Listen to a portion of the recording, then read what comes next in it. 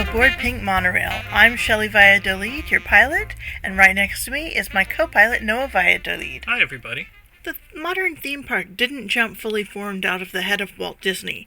It actually goes back thousands of years. During the series, we're going to talk about the different roots of the American theme park and how it came to be. Today we're going to talk about the history of theme parks, manufacturing the magic. We're going to start out with a talk about fairs, trade fairs, country fairs. It's one of the roots of the American theme park. You're going to go back as far as 5000 BC, when trade starts along the Silk Route, going from China all the way down to Italy, to Rome. Traders would go from town to town, selling their wares, picking up things, and it was more of a relay system than it was a long trading route. So you had all these short routes next to each other, and then in the 1800s someone decided to call it all as one thing, the Silk Road. So it wasn't as organized, sort of as everybody thinks when they're going to school learning the history, that it was some sort of well thought out route. It was just a bunch of tiny little routes that were somehow connected. Right. You went, 3 or 4 towns down and traded your wares, and someone had been trading with someone else from a few towns up, and they had a different kind of wool, or they had artwork or beads from far away. Mm-hmm. And the further it went on the route, the more expensive it became. Exactly. Okay. To avoid robbers, these merchants banded together in caravans, and the caravans would stop at different towns and hold a market, which was the beginning of the fair.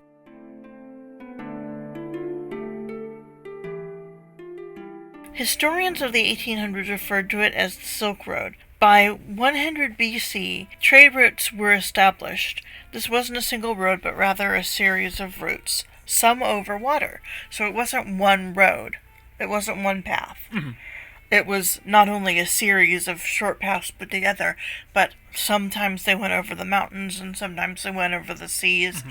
And all of these routes put together were called the Silk Road. So it's a collective trade route, or trade routes. Right, exactly. Because sometimes you'd have governments come in that would close routes. Mm-hmm. The Ottomans really liked to close routes. And so they would open new trade routes. Okay, so sometimes it was religious reasons why they closed them. Sometimes it was political reasons why they closed them. Exactly. Okay. Around 700 to 500 BC, there's mentioned in the Bible, in the book of Ezekiel, the city of Tyre. The city of Tyre is destroyed in the book of Ezekiel, and they talk about it as having been the home of fairs. And this is the first time in literature that we see the word fair used as sort of as opposed to a market. Okay. By that point in time, there included some forms of entertainment.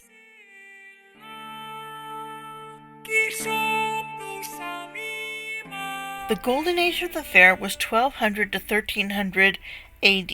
Instead of being marketing stops, they began to be privileged or chartered, which kept it low on debauchery and bad behavior. Mm-hmm. They traded silk, spices, wax, cloth, metalwork, tin, bronze, jewelry, dried fish, and other goods. Towns were collect taxes from merchants who stopped to sell in their towns, so local governments liked fairs a lot. Mm-hmm.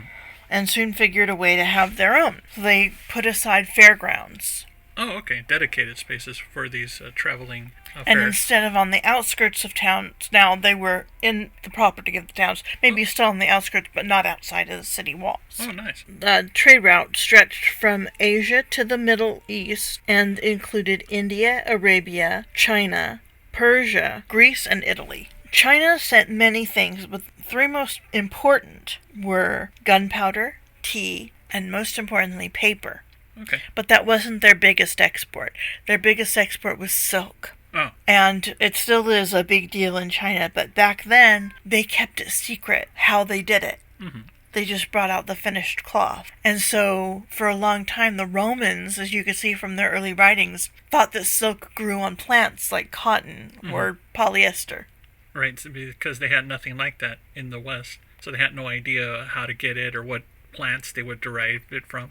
They're like, aha, And Exactly. someday it will be discovered.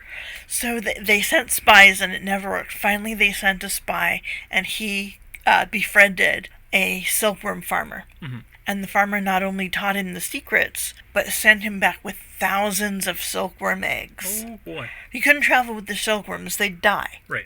But the eggs would keep for a long time. And he smuggled them out like on a cane or something, didn't he? Something like that, yeah. Wowee. Smuggle them out and brought them all the way back to Rome. And Rome began trading in silk and became a rather large market for it.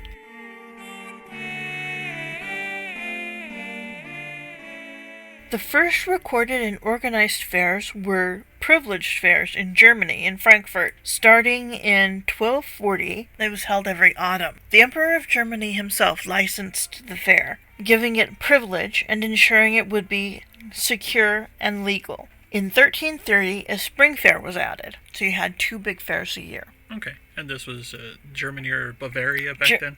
It was Germany. Okay. The Holy Roman Emperor Charles IV also privileged a fair in Hamburg to support the opening of a new trade route because one of the old trade routes had been closed. Okay. In 1393, the Frankfurt Christmas market opened, and in 1434, another opened in Dresden. A lot of the modern historical notes that we have are starting in the 1300s, leading into the 1400s. Yeah, both of those fairs I mentioned are still operational. Ooh-wee. Those Christmas markets. Must be nice. And people will go to Germany just to go to the Christmas markets. Not just Oktoberfest? Not just Oktoberfest. They have boat rides down the river and you get off at the different Christmas fairs. Oh, how nice. The Normans brought the concept of the fair to England and England ran with it. They started having fairs like crazy. Mm-hmm. In 1199, King John, who you remember from your tales of Robin Hood, granted a charter to the leper chapel to run a 3-day fair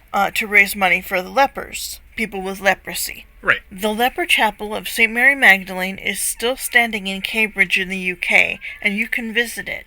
It was bought and restored in 1816 by Thomas Kenridge. He gave it to Cambridge University, who gave it to the Cambridge Preservation Society in 1951. Religious services stopped in 1751, and it was, among other things, a Shakespearean theater until 1999 when they started having services again. Oh, okay. Now, back when it started, there was only one church. That was the Catholic Church. Right. There was no other Church of England. No, No nothing. Henry VIII with his... If you were a Christian, you were a Catholic. Oh, that was it. So, I'm not sure now that it's reopened whether it's Church of England or a Catholic church. We'll have But to look it up. you can still go to services, and if it's not the right flavor, just grin and bear it. The fair had several markets in it, including fish, wax, spices, timber, salt, and cloth. Exotic import did not compete with local markets. Okay. And what I mean by local markets is the daily market, which had things like eggs, dairy, meat, wool, and cloth. If you saw Beauty and the Beast, the bread, Yeah. the baker, and the eggs, and that was the market, the daily market in these towns. So they wouldn't step on their toes and ruin their economy. Exactly. In the late 1200s, the leper colony was closed and the fair was given to the city of Cambridge. There was a little disagreement over the years over who would run it and collect the fees and where the profits would go. So Queen Elizabeth I, Elizabeth the Great, in the 1500s said that the city could have the profits, but the university would run the fair and take the fees. Okay. By 1589, the fair ran from August 24th to September 29th, in between harvest and plowing. There were over 2,200 fair charters issued by the Crown between 1200 and 1270. The Crown made money from the charter, the merchants made money from the goods sold, and the churches made money from organizing the fairs, collecting fees and such, and donations. Fairs were usually held on the Saint's Day of the local church, and what we mean by the Saint's Day is every day is a Saint's Day. So I checked out my birthday, and it's Saint Cajetan, who was a saint from childhood, apparently. A very good man. And then I checked on yours, Noah, and it's Saint Elizabeth of Hungary. Huh. St. Elizabeth of Hungary. I have to look her up. Yeah. So every day of the year is a different saint's day. And whatever saint your local church belonged to, the church usually opened or was consecrated on that saint's day. And that's why it has that saint's name on it. Okay. And so when that saint's day rolled around, they would have fairs to celebrate. Ah, okay. So that makes sense. They're tying religious observances and celebrations together. So that's one way of keeping their parish happy. Exactly. The Roman Catholic Church was the only Christian church until the Reformation and the Great Divorce. Okay. So we're talking about Martin Luther, not Martin Luther King Jr. That's a different religious context. Right. Martin Luther and his theses. His heretical sign on the church door. Yeah. And then Henry VIII and Elizabeth, where the king becomes the country, the head of the church. And the head of the church. So he could divorce his wife Catherine and marry his girlfriend, Anne Boleyn. That's pretty rude. One would find high value in exotic items at an annual fair. Farm tools, ceramics, furniture, rugs. To this day, we get rugs and stuff from the East. Mm-hmm. Roman coins have been excavated by archaeologists from China. Roman beads were found in ancient India. Mm-hmm. You've heard of the city of Pompeii. Right, the one that got destroyed by the volcano. Mount Vesuvius. They actually have found Indian bronze work there. Wow. So the Dark Ages weren't really all that dark. There was lucrative trade during that era. And traders began offering prepared foods and entertainment. And this is where we get into the meat of it. Singers, dancers, jugglers, balancing acts, and then puppet theaters and live performances of plays. Rudimentary rides soon developed, like the training carousel and the up and downs. All right, are you going to talk about those? I am later. Huh. Can we talk a little bit about those, please? All right. Okay. All right.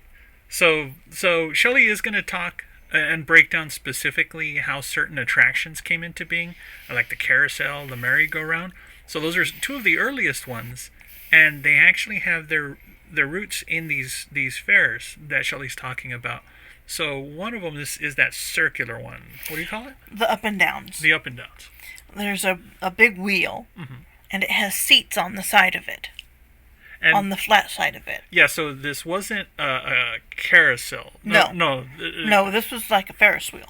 Okay, like a Ferris wheel, but it was one giant wheel with chairs on each side of it to balance Usually it out. on just one side of it. Okay. You would sit in the chairs, and they'd turn the wheel, and you'd go up and down, about 8 or 9 feet in the air, which was very thrilling back in that day. Oh, yeah.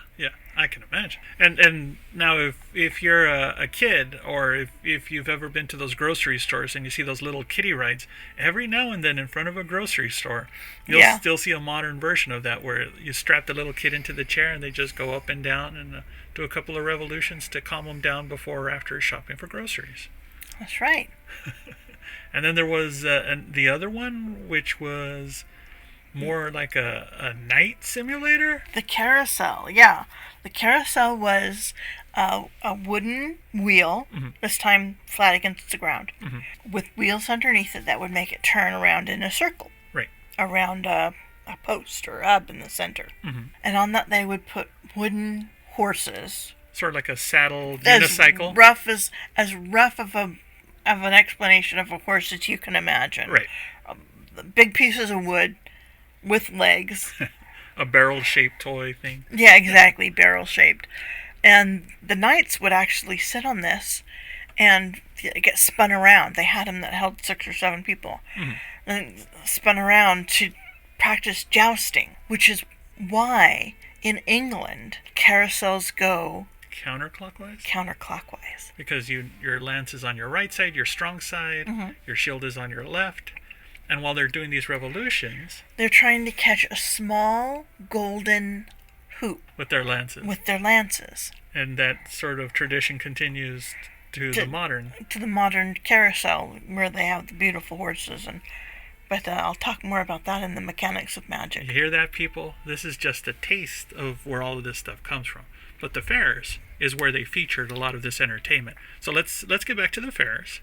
In 1462, they held the Frankfurt Book Fair, which is the very first first book fair. Mm-hmm.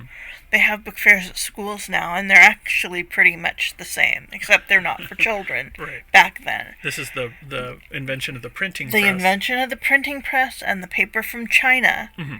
just made a huge difference in how mankind received information. Mm-hmm. This is the internet of the day. Very much so. Most people still couldn't read. Right. In fact, up until the 1800s, when Charles Dickens would put out a serial, groups of people would give someone money, and he would read to them. Mm-hmm. Mm-hmm. But it started back then.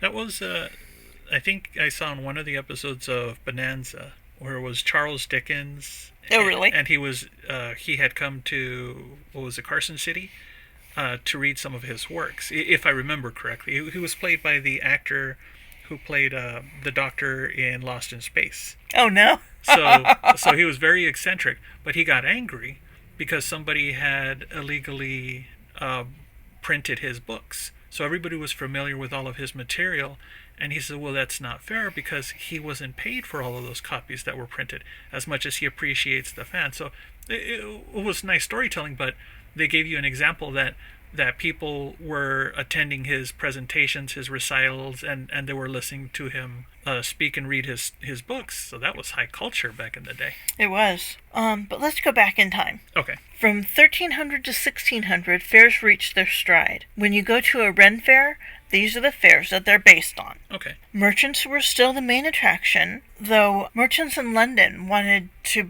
be the main middleman for everything. They wanted the traders to go straight to them and all the people to come to them. And that eventually happened with the onset of canals and railroads. Okay. But back then, they still went straight to the people and didn't deal with an expensive middleman. Mm-hmm. It was mostly wood and cloth were traded, and this is when they began to have tournaments with the carousel I mentioned earlier, Okay. and with jousting over the fair maiden and the whole bit.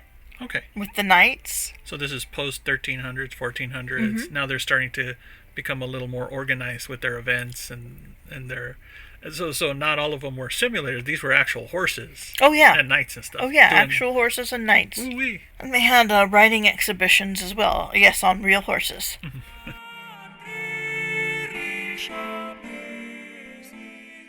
By 1516, England had nearly 2,500 markets and over 2,700 chartered fairs per year. And England is a tiny little country. It's about the size of Rhode Island. How many fairs per year?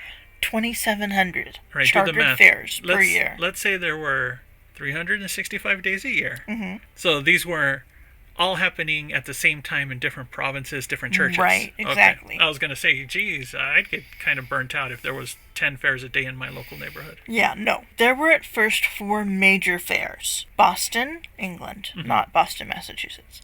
Boston, Winchester, Stamford, and St. Ives. St. Ives' Great Fair lasted 4 weeks and included merchants from as far away as Norway and Flanders. So these fairs, were they still autumn fairs, winter fairs, summer fairs? It depends on the saint's day. Oh, okay. So Flanders was in Florida and Norway to the north. Flanders was not in Florida. No, Flanders in France? Where was Flanders? Belgium. Belgium. Oh, okay.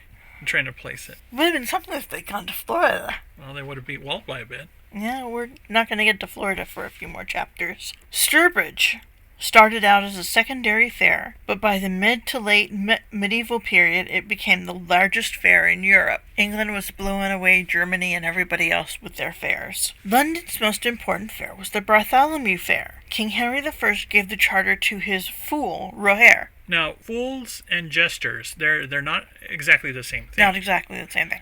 All right. What's the difference? A jester will caper and roll around and make jokes. Right. Just his general purpose is to make people laugh. Right. The fool was the king's sounding board. Mm-hmm. He could tell him things that no one else would dare to tell him. Plus, he had sort of like the ear of the people. Like if the king says, well, maybe we should raise taxes. And the fool would be like, yes, your honor, let's raise taxes so we can all lose our heads. And he'd be the only one in the court that could get away with saying that. Something like that. He was very religious, this fool. Roher. Roher the Fool. Was very religious, and he wanted a fair to raise money for his church, St. Bartholomew's. So he called it the Bartholomew Fair, and it was at first a 3-day cloth fair. Merchants would bring their different cloths, and the Merchant Tailors Guild would make sure everything was measured properly. Okay, so nobody gets shortchanged when they buy a yard of something. Right, exactly. It was originally charted as a 3-day event on August 24th, St. Bartholomew's Day. It eventually spread to 2 weeks, but at the end of the 17th century went down to 3 days.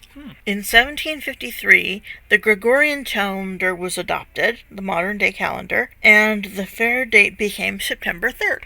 Okay. Was this also cutting down from the weeks because there were now inventions like the locomotive were starting to come, or the roads started getting better for trade was getting a little easier? A little bit, but not much. Okay. By 1614, there were sideshows, pride fights, musicians, tightrope walkers, acrobats, puppet theaters, freaks, and wild animals on display. So the prize fighters, the first boxers, well, they can trace their lineage back to the earliest combat in ancient Greece. But Exactly. the way a lot of the modern audiences saw them. Marquise of whatever rules. Yeah. So the first way that a lot of them saw modern fighting was because of these fairs. Exactly. Okay. And they saw wild animals that they would never ordinarily see. Lions and tigers and bears. Oh my. The fair was mentioned in Shakespeare's plays, and a common insult was, "Thou whoreson tidy Bartholomew Bear Pig." You want to read that one again? "Thou whoreson tidy Bartholomew Boar Pig." That's not the easiest insult to say to No, somebody. it's not. But man, if you can memorize that. What they mean by Bartholomew Boar Pig is that at the Bartholomew Fair, they were famous for serving piglets, or suckling pigs, roasted whole, with a little apple in its mouth. So this is where that whole cartoon bit comes out, with the little pigs with the apples in their mouth, was because of the Bartholomew Fair. Well, I'm pretty sure people were putting apples in pigs' mouth before then, but that's where it became famous, yes. Okay.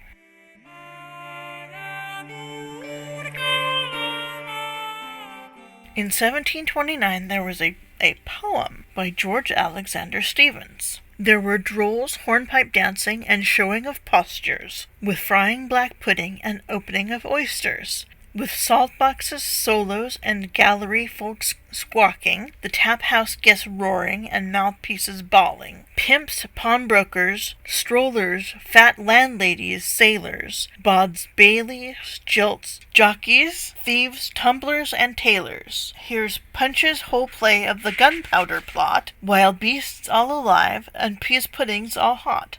Fine sausages fried and black on the wire, the whole court of France, and a pig by the fire. Here's the up and downs, who'll sit in the chair, though there's more up and downs than at Bartlemy Fair. There's a first-hand account of everything that was happening in that era.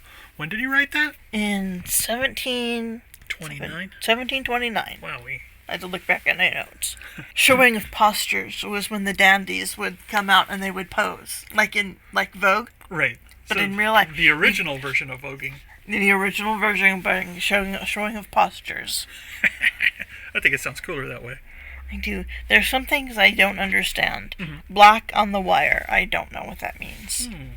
But it does mention the up and downs, Right. which we mentioned earlier. And Who'll sit in the chair? Who'll sit in the chair? Ben Jonson's play Bartholomew Fair was also about Bartholomew Fair, and Vanity Fair was also about Bartholomew Fair. Lighting became a draw, and what they would do is they'd take the normal torches and lights and enclose them partially in metal so that they didn't flame up big, and then they would put underneath them colored cloths that the light would shine through, sheer but colored. So you'd be walking and there would be all these colored lights around you. Things that people from the country had never seen before. Exactly. Well, by the reign of Charles II, most booths cost a penny to get in. And you would see, 1829 receipts include Wombwell's Menagerie, which is wild animals, Richardson's Show Theatrical, a play, Pig-Faced Lady, Fat Boy and Girl, panorama of the Battle of Navajo, and a Chinese juggler. And each of these would cost you a penny to go see. Now, did they have gas lighting at this time, or was it still traditional? In 1829, they had some early gas lighting. Oh, okay. Wow, imagine the spectacle to see the sideshow attractions under this brand new form of light with colors and everything. And not going to bed at sunset. Ooh, that must be nice. They had things called frost fairs during the winter, which were held on frozen lakes and rivers. The last frost fair was held after 2 centuries in 1814 and features an elephant walking across the River Thames in London. At fairs with the wild animals, people would often ride elephants and camels, and that remained popular up until the 1990s or so at the San Diego Wild Animal Park, now the San Diego Safari Park. When I was a child, I rode an elephant and I rode a camel. I remember that in the, was it Wild Animal Park or Lion Safari? Lion Country Safari? Lion Country Safari, yeah. My older brother and I think, rode an elephant. I don't remember if my little brother was old enough to do that, but I do have those memories. Fairs were held in faraway parts like India, too, where they had the Sursi Marikamadesi Fair, or Sursi Fair for short, in Sursi, Kamakata, India, which celebrated the defeat of the evil shape-shifting bovine Mahishasura at the hands of the goddess Marikamadesi. Indian fairs are where circuses started. They had circuses, children's events, dramas, plays, music, and arts. Oh, that's pretty neat. That is pretty neat. The first American exhibition took place under a tree and featured 2 sheep. People came from miles around to see the sheep. Now, so this is pre-revolution? Yes. The U.S., so around what time was this? 1760, 1750, 1740? Something like that. The first American exhibition. Okay, so... No, I'm sorry. This is the first American as in America, as in United States of America. Okay, so post-revolution. Post-revolution. Okay. People came from miles around to see the sheep. So the next year, the farmer exhibited cattle as well as sheep. And people came from miles around and loved it again. The third year, he opened it up to outsiders and ended up showing over 100 animals. So where was this? On the East Coast, I assume. Yes. They didn't say the town name, but it was out in the boonies. 2 sheep and under a tree. 2 sheep under a tree. Everybody check out Mike, 2 sheep. In 1765, the first recorded major fair took place in North America, and it took place in Windsor, Nova Scotia, in Canada. It's still running. In 1999, the fair was moved from Fort Edwards to the Hants Exhibition Grounds. It is owned and operated by the Windsor Agricultural Society. The fair takes place on 2 weekends in September. The first weekend is mostly 4-H exhibitions and skills from cake decorating to scrapbooking. Exhibits include dairy, beef, rabbits, and more. The second weekend features classic heritage beef exhibition, hunter and jumper classes of horses, and Western performance horse classes. Both weekends have produce, arts and crafts, live music, and after 1893, a midway with rides and other novelties. This fair is the parent to every county fair or state fair in North America.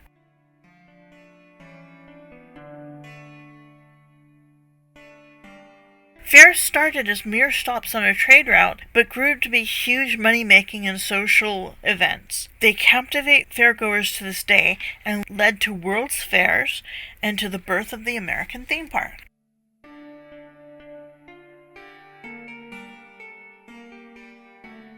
Thank you for tuning in to Pink Monorail. We'll see you next time. Thanks, everybody. And now a word from our sponsors.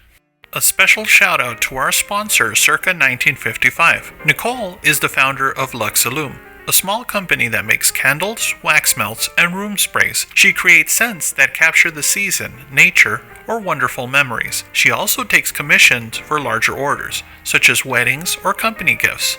It turns out that Nicole is also a huge Disney fan and has a line called Circa 1955. She creates scents inspired by all things Disney. This includes the parks, attractions, treats, and films. She creates each formula and batch of candles herself. For every one scent she's released, she's probably made over 200 trials just to get the smell right. Don't take my word for it. Go to circa1955.com, order a candle, and use promo code PINK15. That's PINK15 to get 15% off your purchase. Support a small company that also gives back to the community. You're going to love it. Another shout out to Jim Hill for hosting Pink Monorail on his podcast network. The Jim Hill Podcast Network also includes Looking at Lucasfilm, The Disney Dish, I Want That, and Fine Tuning. Thanks for listening, and be sure to like, subscribe, and leave a review for each podcast. Have a great day.